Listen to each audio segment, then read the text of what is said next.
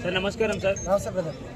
Sir ఇప్పుడు ఏదైతే జరుగుతుందో మేజర్ ఇష్యూ తెలంగాణలో హైదరాబాద్ మూసీ ఈసా నది ఏదైతే డెవలప్మెంట్లో భాగంగా కొన్ని అపార్ట్మెంట్లను అన్యాయంగా కూల్చేయడం వెనుక జరుగుతుంది.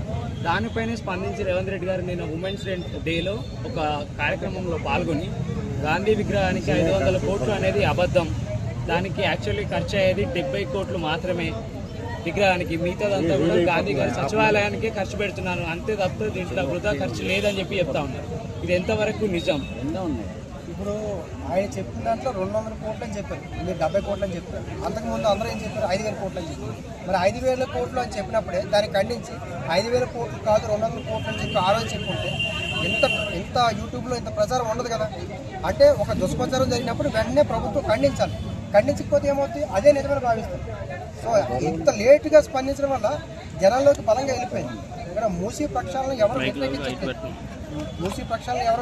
వ్యతిరేకించట్లేదు, అదేవిధంగా మనకి ఖమ్మంలో ఉన్న భూదాన్ ల్యాండ్ల అంశాలు కూడా ఎవరు వ్యతిరేకించట్లేదు. కానీ ప్రజల్ని తరలించేటప్పుడు, ప్రజల్ని వేరే ప్లేస్కి తీసుకెళ్లేటప్పుడు ఏవైతే ప్రభుత్వం వ్యవహరించాల్సిన విధానం ఏదైతే ఉంటుందో ఆ శాంతియుతంగా వాళ్ళకి వేరే ప్లేస్మెంట్ ఇస్తూ వాళ్ళని ఇక్కడి నుంచి ఎందుకు తరలిస్తామో వాళ్ళని వివరిస్తూ ఈ రాష్ట్ర అభివృద్ధి కోసం, ఈ రాష్ట్ర టూరిజం డెవలప్మెంట్ కోసం మనం ఈ యొక్క ప్రాంతాన్ని మీరు తరలించి, ఎందుకంటే చాలా మన దేశంలో జరుగుతుంటాయి. రోడ్లు విస్తరణ కావచ్చు, ఇప్పుడు మెట్రో కావచ్చు, ఏపీలో రోడ్లు కావచ్చు, అమరావతిలో కావచ్చు, ఇవన్నీ కూడా రైతుల నుంచే తీసుకున్నారు, వేరే వాళ్ళ దగ్గర తీసుకుంటలేదు. ప్రజల నుంచే తీసుకోవాలి, ప్రజల కోసమే పనిచేయాలి. అలాంటప్పుడు ప్రభుత్వం వాళ్ళకి స్పష్టంగా భరోసా ఇవ్వాల్సిన ఆవేశపూర్తిగాను ఉద్రేకపూర్తిగా వ్యవహరించడం ఇది అంత. అంటే ఇది ఏదైతే అపార్ట్మెంట్లు కట్టిరో అదంతా కూడా 2004లో నిర్మించింది కదా. చెప్పండి. 2004లో నిర్మించింది కాబట్టి అప్పుడే ఎవరైతే ఇంజనీరు ఆ సంబంధిత అధికారి కూడా నాలాకు దగ్గరగా ఉంది, అంటే ఒక 60 మీటర్ల లోపు అటు డిస్టెన్స్లో కట్టుకోవాలని చెప్పి వాళ్ళు నోటిఫికేషన్ కూడా ఇవ్వడం జరిగింది. అయినా కూడా బఫర్ జోన్లో బిల్డింగ్ కట్టినందువల్లనే ఈరోజు ఆ విధంగా చేయాల్సి వచ్చిందని చెప్పి రేవంత్ రెడ్డి గారు మాట్లాడుతున్నారు. దీనిపై మీ స్పందన? అందులో తప్పలేదు, కానీ కట్టినప్పుడు అధికారులు ఏం చేశారు? రేవంత్ రెడ్డి గారు చెప్పింది కరెక్ట్ సబ్జెక్టే, కానీ కట్టినప్పుడు అధికారులు ఉంటారు కదా, ఆ ఏరియాలో ఎంఆర్ఓ ఉంటారు కదా. ఎంఆర్ఓ పర్మిషన్ లేకుండా, ఆర్ఓ పర్మిషన్ లేకుండా, ఆర్ఐ విజిట్ చేయకుండా, ఏ పర్మిషన్ లేకుండా బిల్డింగ్లో ఇటు కట్టరు కదా. అలా కట్టినప్పుడు అధికారులు ఆ రోజు పర్మిషన్ ఇచ్చే అధికారులు మరి ఈ రోజు ఎందుకు తప్పించి ఆ రోజు పర్మిషన్ ఇచ్చే అధికారులు అందరూ శిక్షించాలి. ఎందుకంటే వీళ్ళే పర్మిషన్ ఇస్తారు, వీళ్ళే కట్టుకొని ఇస్తారు, మళ్ళీ వీళ్ళే కూల్చేస్తారు. ఇది రాంగ్ స్ట్రాటజీ, రాంగ్ వ్యవహరించాలి. అంటే ఇక్కడ లంచాలకు ఆశపడి ఈ విధంగా కట్టడాలకు అనుమతినిచ్చారని చెప్తున్నారు. చాలా ఈ రోజు జరిగిన అక్రమ కట్టడాల వెనకాల అధికారుల సపోర్ట్ ఉంటేనే ఎవరు అక్రమ కట్టడం పెడతారు. మీకు ఒక అక్రమ ప్లేస్ ఉంది, అది ఫుట్ పార్క్ లేకపోతే బఫర్ జోన్ ఉంది, మీరు ఎలా ధైర్యం కడతారు? కూల్చేస్తారు, ఏమైనా భయం ఉంటుంది. అయినా మీరు ఎలా కడతారు? అధికారుల సపోర్ట్ ద్వారా మీరు కడతారు. అంటే ఆ రోజు సపోర్ట్ ఇచ్చిన అధికారులు మరి ఈరోజు ఏమయ్యారు? ఆ రోజు ఎవరైతే అధికారులు పర్మిషన్ ఇచ్చారో వాళ్ళందరూ శిక్షించాలి. ఇప్పుడు భూదాన్ ల్యాండ్ల అంశం కూడా నేను అదే మాట్లాడాను. ఆ రోజు వీళ్ళు గుడిసెలు రేకుల చెట్లు వేసుకున్నారు, కొంతమంది అమ్ముకున్నారు, మరి అలా కొంతమంది రిజిస్ట్రేషన్ జరిగింది, కొంతమంది పట్టాలు రాసుకున్నారు. మరి అవన్నప్పుడు అధికారులు సపోర్ట్ లేకుండా ఎవరు? మీరు చిన్న ఎగ్జాంపుల్ చెప్తాను, ఇంత పెద్ద ల్యాండ్లో కనీసం ఒక్క అధికార సపోర్ట్ లేకుండా కూడా ఎవరు సామాన్యులు మూవ్మెంట్ చేయరు. ఎందుకంటే పెట్టుబడి పెట్టిన తర్వాత కూల్ చేస్తారన్న భయం ఖచ్చితంగా పబ్లిక్ ఉంటుంది.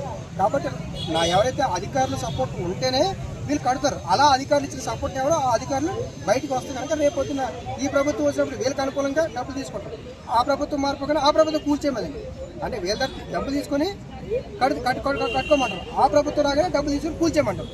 ఇది ఎక్కడ విధానం?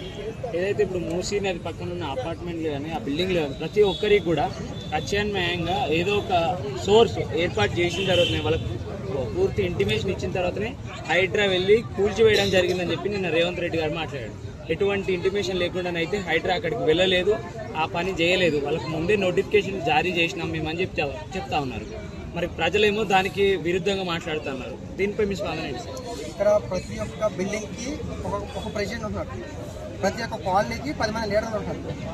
సో ఈ అంశం అక్కడ చాలామంది మాట్లాడుతున్నారు, మాకు ఎక్కడ ఇన్ఫర్మేషన్ లేదు అంటే వాళ్ళ నోటీసులో ఏమో తెలియదు. మేము మూసీ ప్రతి ప్రక్షాళన కోసం ఈ బిల్డింగ్ అవసరమైతే మేము తీసుకోవచ్చు అని రాశారు, లేదా మా మూసీ నది అవసరం కోసం ఈ బిల్డింగ్ తక్షణమే తీసేస్తామని అన్నారు. అక్కడ మెన్షన్ చేసిన విధానం అంటే మీది అవసరమైతే అని రాశారు. అసలు నోటీసులో ఏముందో తెలియదు. సో ఒకవేళ నిజంగా కనుక వాళ్ళు చెప్పాలనుకుంటే బహిరంగ కూడా చెప్పొచ్చు కదా అధికారులు. సీక్రెట్ నోటీసులు ఎత్తుకోవచ్చు. ఇంకో అంశం ఏంటంటే ఏదో ఇస్తాము, డబుల్ బెడ్రూమ్ ఇస్తాము, సింగిల్ బెడ్రూమ్ ఇస్తాం కాదు, ఈక్వల్ జస్టిస్ జరగాలి. అంటే వాళ్ళు సుమారుగా చాలా మంది చెప్తారు ఈఎంఐలు ఉండిపోయామని. వాళ్ళు ఈఎంఐలు కూడా కట్టాలి. మరి వాళ్ళ పరిస్థితి ఏంటి? అవి కూల్ చేస్తే ఈఎంఐలు కట్టాలి. ఈఎంఐలు ఆగడానికి లేదు. మరి ఆ ఈఎంఐలు ఎవరు కడతారు? ఇదంతా కూడా ఈక్వల్ జస్టిస్ జరగాల్సిన అవసరం ఉంది. సమాన అన్యాయానికి సమాన న్యాయం జరగాలి. అప్పుడే వ్యవస్థలో ఒక మనిషికి కానీ ఇది metro city, Hyderabad metro city అయింది, ఇప్పుడు గ్రామీణ ప్రాంతం కాదు.